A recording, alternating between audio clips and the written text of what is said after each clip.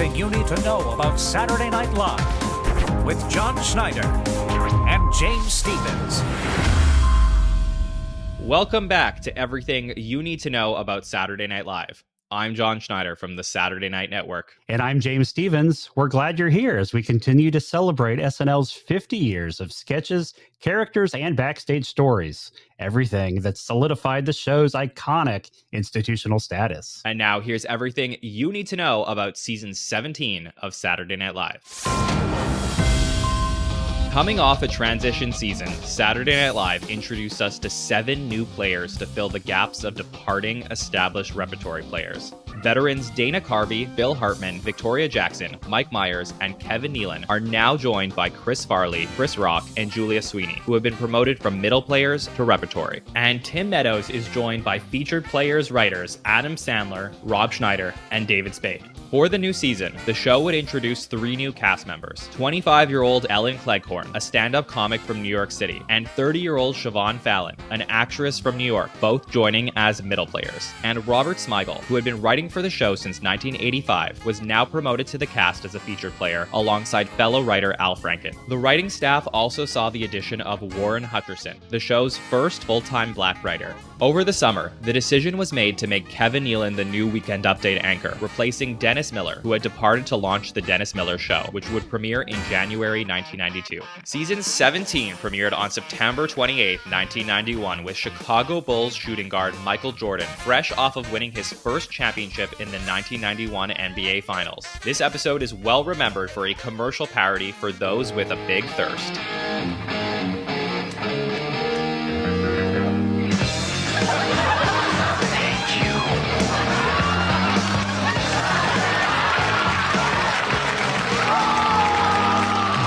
You've got a big thirst and you're gay. Reach for a cold, tall bottle of Schmidt's Gay.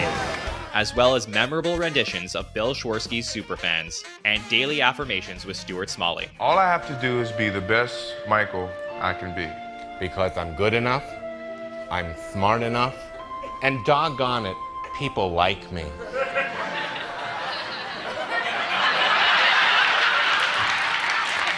Because I'm good enough, I'm smart enough, and doggone it, people like me. Making a guest appearance on Weekend Update, Jesse Jackson reads from Dr. Seuss's Green Eggs and Ham. I will not eat them in the rain, I will not eat them on a train. Not in the dark, not on a tree, not in a car, you let me be. I do not like green eggs and ham. The season premiere would also mark the debut of the short-tempered NBC page Zoraida, played by Ellen Cleghorn. Maybe, later on, me and you, we could play a little one-on-one with your tongue. I don't think so. Hey, don't push me. Go. Hey, you don't have to push me. Hey, I could sue you. Hey, don't make me take away everything you earned. Next, actor Jeff Daniels would host for the first time, an episode that would introduce us to The Chris Farley Show. Tonight, my host is Jeff Daniels, one of the greatest actors around, I guess. God, I hate doing this part, man. I never know what to say. No, you're doing fine, Chris. You're doing good. Really? Yeah. No, I'm not. Signor Bellissimo! The following week, Cheers star Kirstie Alley is welcomed to Studio 8H for the first time. Alley's episode kicks off with a parody of the Clarence Thomas confirmation hearings, featuring the show's first impression of Joe Biden, portrayed by Kevin Nealon. Professor Hill, I want to thank you for your patience here today. You've shown remarkable courage throughout your testimony. It couldn't have been easy for you, or any of us, to sit here for the last 7 hours and talk about penis size. What porno movie did you talk about? Well, I mainly spoke about a favorite of mine called the Heimlich Maneuver. That's a good movie, George. Then, in one of the most cameo-packed monologues to this point, Kirstie Alley is surprised to find Woody Harrelson, Kelsey Grammer, George Wendt, and Ted Danson show up to bring some cheers to the building. The episode would feature a new host of Coffee Talk when Mike Myers introduces the exaggerated middle-aged Jewish woman, Linda Richmond. My friend, the regular host, Paul Baldwin, asked me to fill in this week. Long story short, He's going to recover nicely. Myers would later reveal that Richmond was based on his real-life mother-in-law at the time. A little emotional, a little verklempt. Give me a second. Talk amongst yourselves. I'll give you a topic. The progressive era was neither progressive nor an era. Discuss. 2 weeks later, Christian Slater's episode aired opposite Game 6 of the 1991 World Series. It's great. Well, I guess they're watching the game. The cold open features a special Halloween edition of the McLaughlin Group. It's you won. The Mideast Peace Conference, trick or treat. An occasion that would have the real John McLaughlin appearing alongside Dana's impression of him. Sorry, the teasing was starting to get to me and I had to take action. On Weekend Update, Ellen Cleghorn would debut a new character, her Afrocentric social critic, Queen Shaniqua. For years, the only black women you saw in the movies were, turning tricks as hookers, a negative image. But as soon as Julia Roberts played a prostitute, she became Pretty Woman. Critics call her a modern-day Cinderella. She was a whore. Julia Roberts was a hoe. And Adam Sandler would report providing Halloween costume suggestions, a segment that would become a bit of an annual occurrence. If you want an original, scary Halloween costume, use your imagination. I'm Crazy Spoonhead, and I want some candy. I don't have a normal head. I got a damn spoon going out of it. Now give me some crazy candy, damn it! And Hans and Franz join their cousin, Arnold Schwarzenegger, who is leading the President's Council of Physical Pumpitude. Come on, fly it, fly it. That's good, yeah. No, guys, hold on. What you're doing here is you're putting the carriage in front of the horse. That's not what we want to do. And if you continue on this way, I'm gonna twist your flap into the shape of a pacifier. And I'm gonna have you suck on it until you poop in your diapers. I'm gonna do a great show today. Actor Kiefer Sutherland would host the first show in November. Because I'm joyful, I'm happy, and gosh darn it, I'm free. Hello, I'm Leon Smalley. Why not? I'm creative, I'm original, I made this up myself. The episode would be the first to cover the upcoming 1992 presidential election. Ultimately, it comes down to one thing. This election is about ideas, and the fact is I have none. Nothing. Cupboard's empty. Not a one. Terminator actress Linda Hamilton then comes to host. Hey, it's the Terminator. Not you again. I crushed you, then I melted you. What do I have to do? Wheeze and argue? You and your son are in great danger. Did they send another Terminator to get us? Worse than a Terminator. It's the Tooncenator. The episode would introduce two new featured players to the cast, 28-year-old Beth Cahill from Chicago and 23-year-old Melanie Hutzel from Tennessee, both of whom were members of the Annoyance Theater Company in Chicago. The total number of cast members has now jumped to 18 players, the largest cast in the show's history up to this point. A collection of sketches make this episode particularly memorable, including Martin Scorsese's appearance as a guest on The Chris Farley Show. Remember that scene in Taxi Driver when De Niro's looking in the mirror and he goes, "You talking to me? You talking to me? Well, I'm the only one here, so you must be talking to me." Would you do that?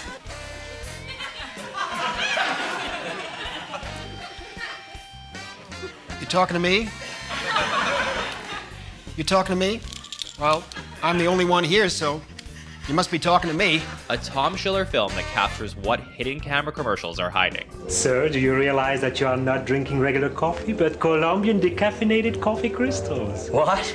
I said, you're drinking Colombian decaf coffee crystals.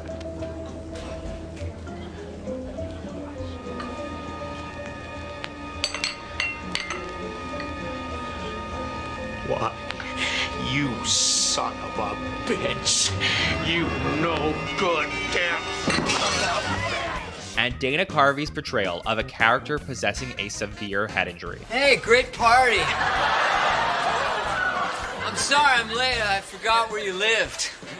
Oh my God! Massive head wound Harry. According to Dana, between dress and air, the props department added extra baby food to the prosthetic, making the moment a little too enticing for the dog on set.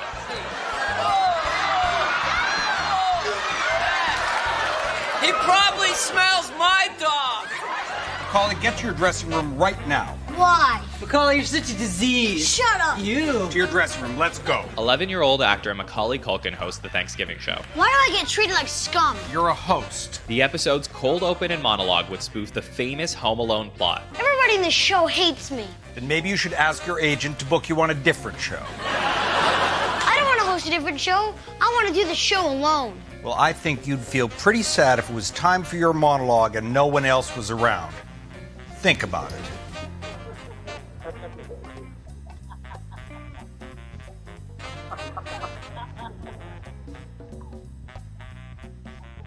I made them all disappear.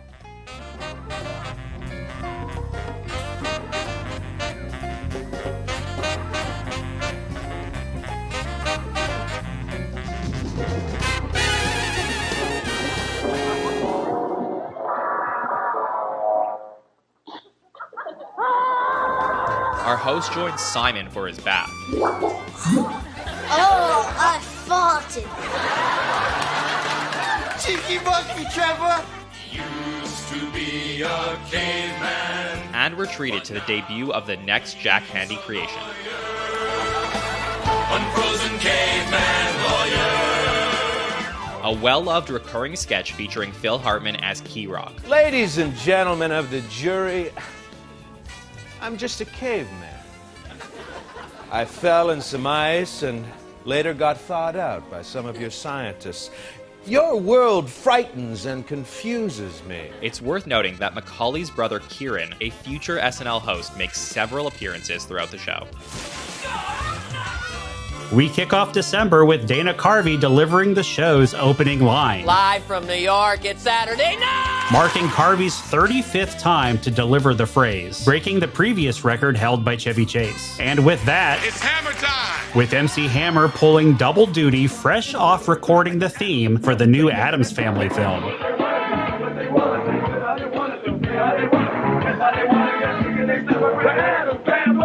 In character as Wednesday and Pugsley Addams, future host Christina Ricci, appearing with her castmate Jimmy Workman, would introduce one of Hammer's performances. And David Spade finally gets some real airtime in this episode with the debut of Dick Clark's receptionist. Hi there. Hi.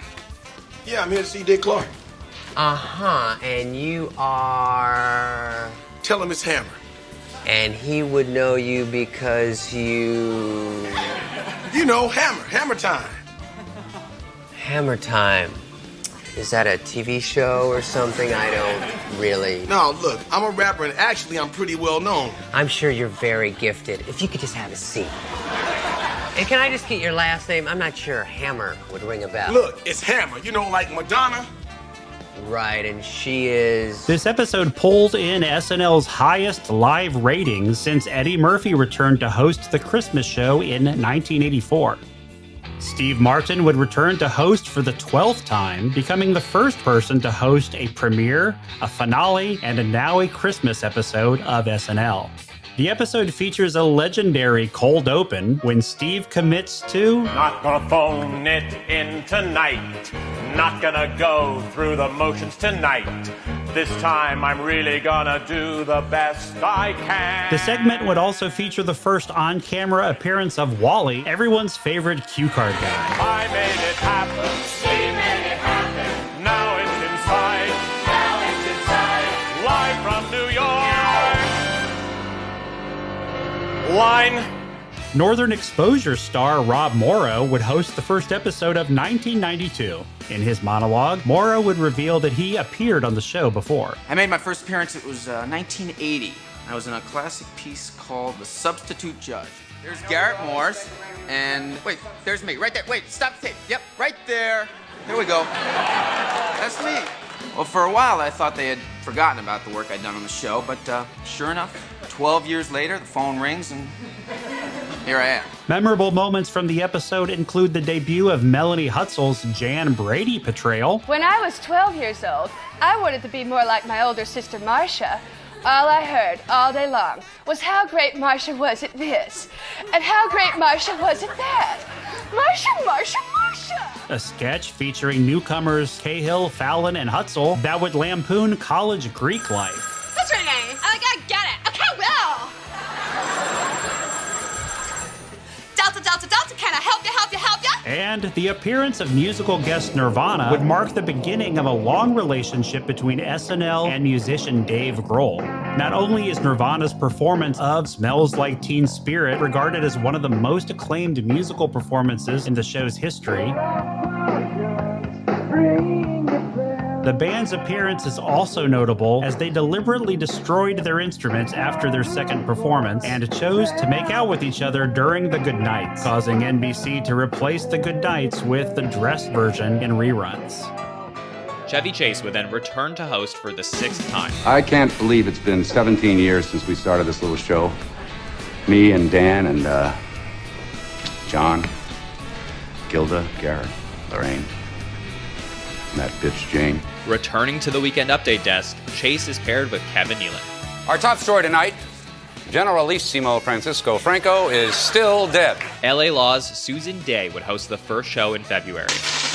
This installment of Weekend Update would introduce Adam Sandler's character from Louisiana's Cajun country. What is the Mardi Gras all about? Celebration. Folks get pretty happy down there, don't they? Intoxication. Bet you can meet some pretty beautiful women, huh? On occasion. Well, I understand that you were hanging out with a pretty exotic dancer last year. What happened there?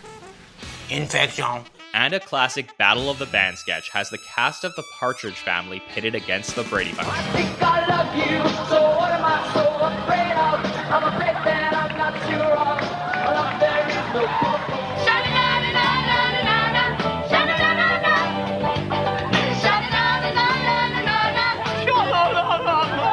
Maybe we do lip sync, but you're all half adopted. Yeah.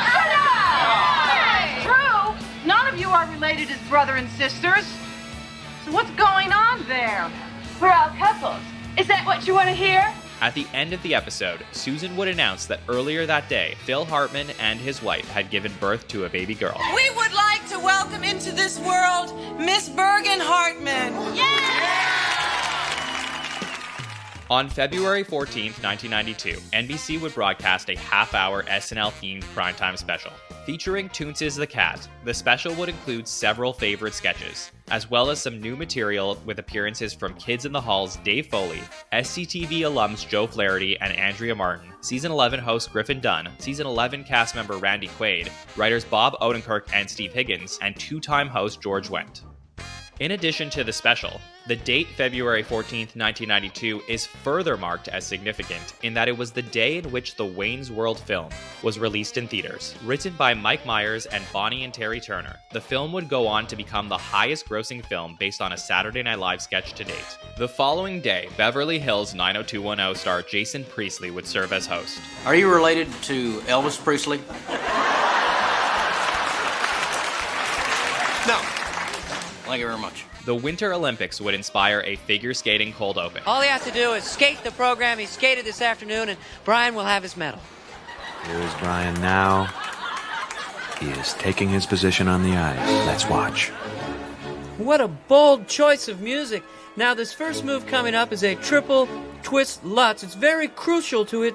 Oh, that's too bad. That'll cost him the gold. Our host would play the unfortunately named Johnny Hildo. Hey, Dildo. What's up, Dildo? How you doing, Dildo? Dildo.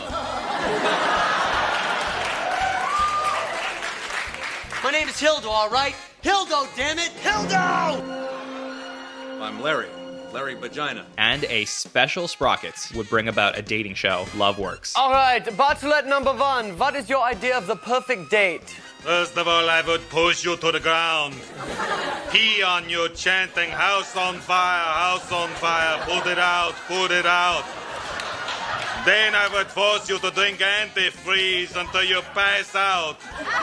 And then you would wake up in excruciating pain with a size 7 poop chute. After Priestley's show, we are treated to our first dual-hosted episode since Joe Montana and Walter Payton hosted together in 1987. Roseanne and Tom Arnold would host an episode consisting of a memorable edition of Coffee Talk, where unbeknownst to Roseanne and Madonna, who was also making a cameo, a surprise Barbra Streisand cameo would practically stop the show.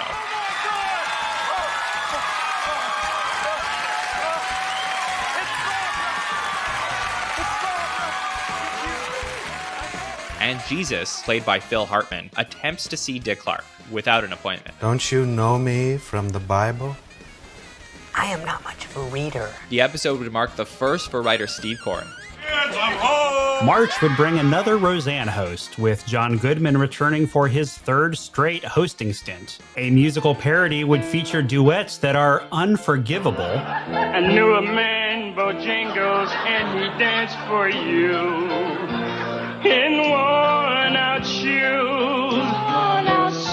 Pairing Ellen Cleghorns and Natalie Cole with all her dad's dead old friends. Say nighty-night and kiss me. Just hold me tight and tell me you miss me. And in your dreams, whatever they'll be, dream a little dream of me.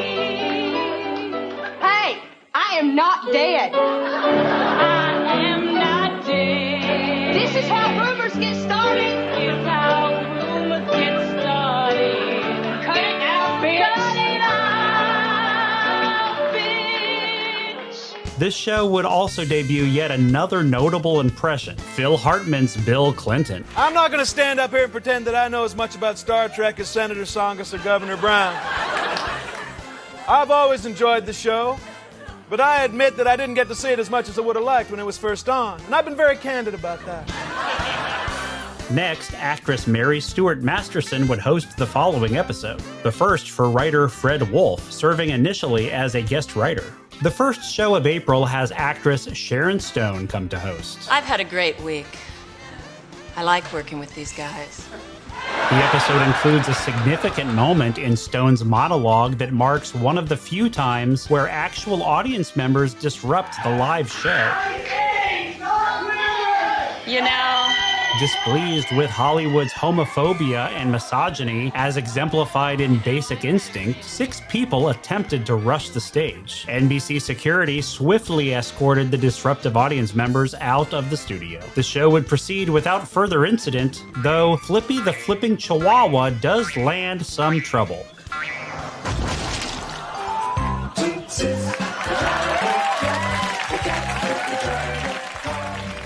In the Basic Instinct interrogation room, would you tell us the nature of your relationship with Chris? We find Pat. And John Lovitz would make his first cameo of the season. Did I mention I have a penis? It's true that many great commercial parodies make up this season, with 2 classics featured in this very episode. Now I can smoke as much as I like. The lung brush. The unique lung brush design allows you to remove caked-on tar, smoke particles, even city smog phlegm, freeing up clogged bronchial. And a Jiffy Pop airbag. Are you okay? Mm-hmm. How's the other driver? Not too good. How's the Jiffy Pop?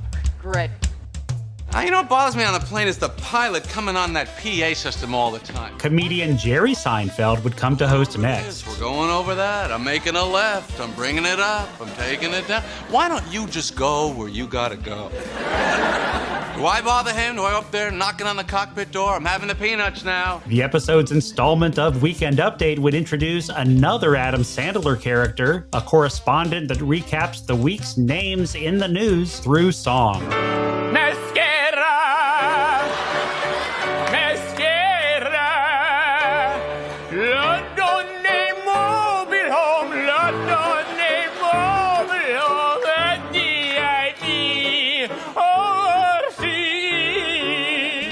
Other memorable sketches include a game show in which stand-up comics compete. Airplanes for 200. And what is the deal with the black box? Tell me. It's the only thing that survives a crash. Why don't they build the whole plane out of the black box? History class. In the decade before World War II, what was happening in Europe? France?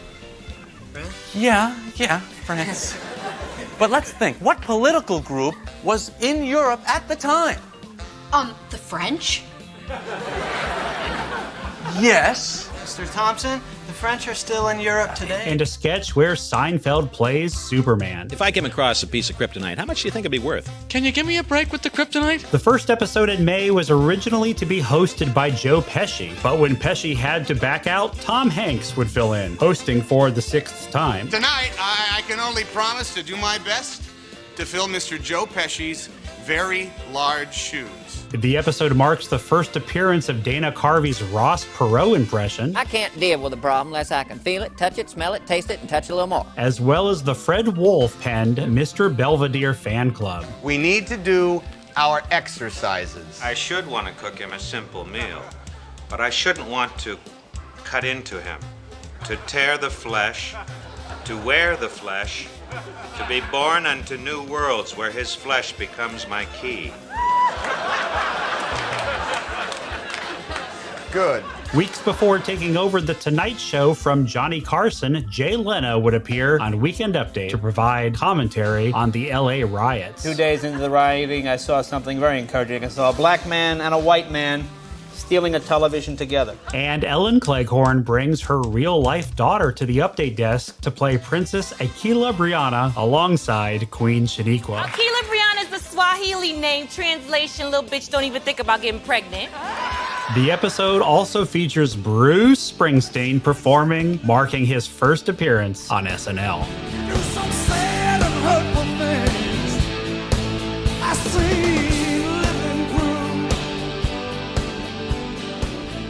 Season 17 then comes to a close with Cheers star Woody Harrelson hosting for the second time. Good to be on Saturday Night Live.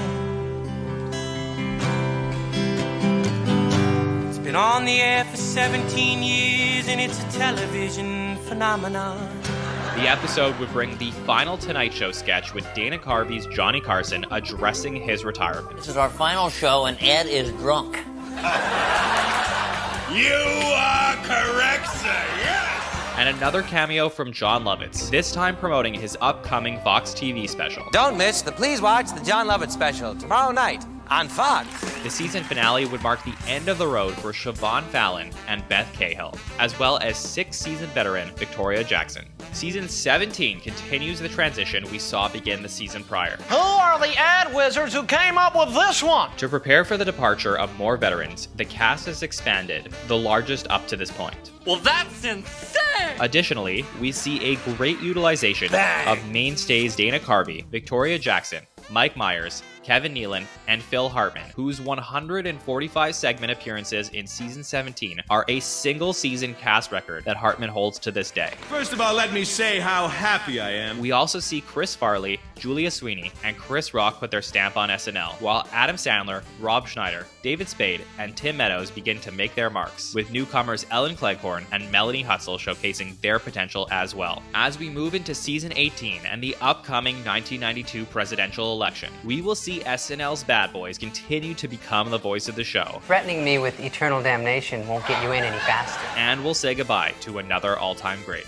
If you are enjoying this series, don't forget to like and subscribe so you'll never miss an episode. And follow us on social media to see coverage on all seasons of Saturday Night Live. Saturday Night Live Season 17 is now available on Peacock. For all of us here at the Saturday Night Network, I'm James Stevens. And I'm John Schneider, and that's news to us.